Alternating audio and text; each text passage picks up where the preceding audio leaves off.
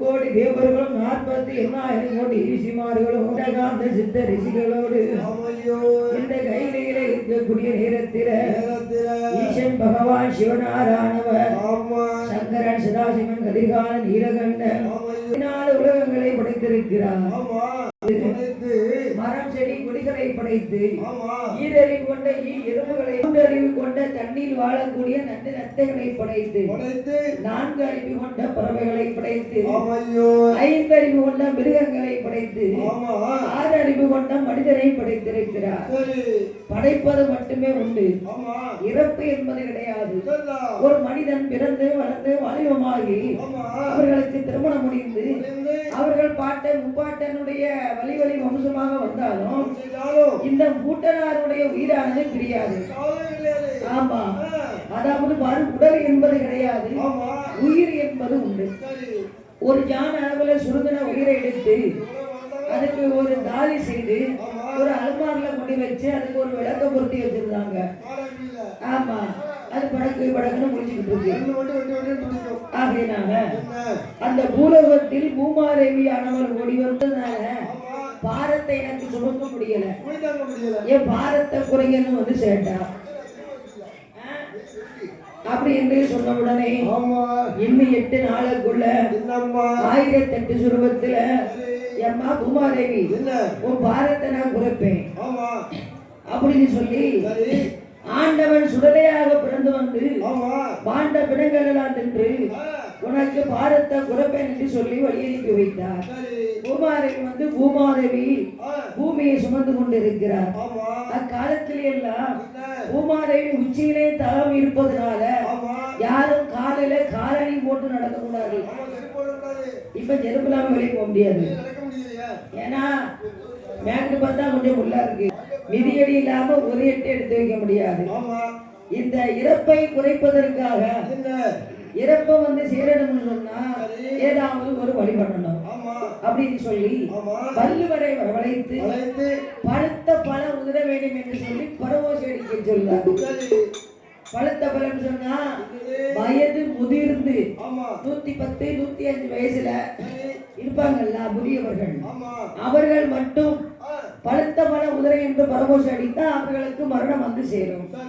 அப்படி என்று சொல்லி வள்ளுவரை அனுப்பும் போது வள்ளுவரானவர் எப்படி சுருவம் கொண்டு வருகிறார் தெரியுமா?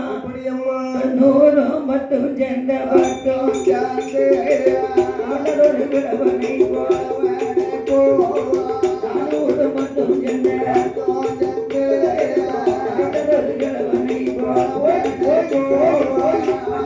வடிவம் கொண்டு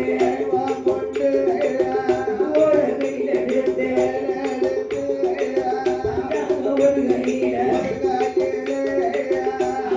கொண்டாரோ கையில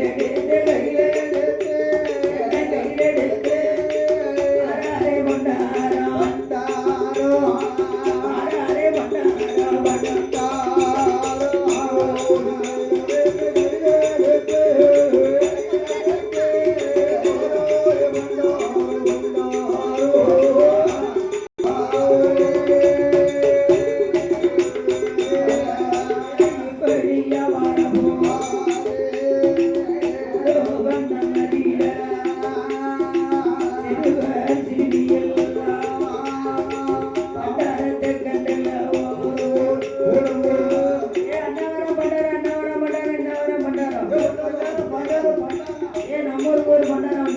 ஐயா இந்த கேலி செய்யுடா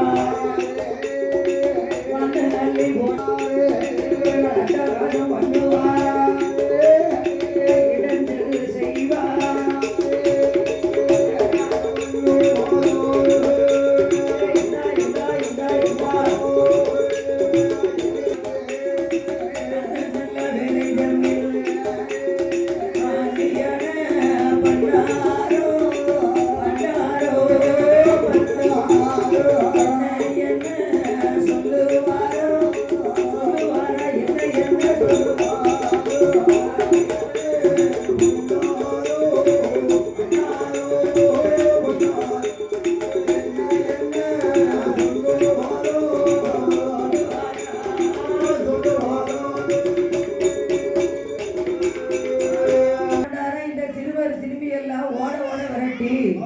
கல்ல போட்டு எரிந்தாங்க பண்ணாடி போடுறாங்க கீழே உட்காந்தா சடையை பிடிச்சி இருக்காங்க தாடியெல்லாம் வெள்ளையா இருக்கு பழுத்த பழம் உதிர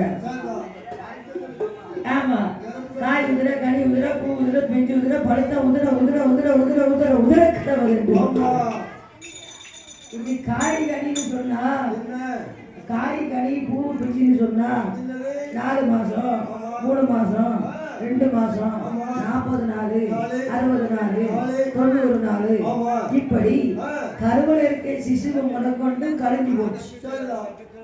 முதியவர் முதல் இளையவர்கள் வரை மாண்டு படிந்து போனார்கள்.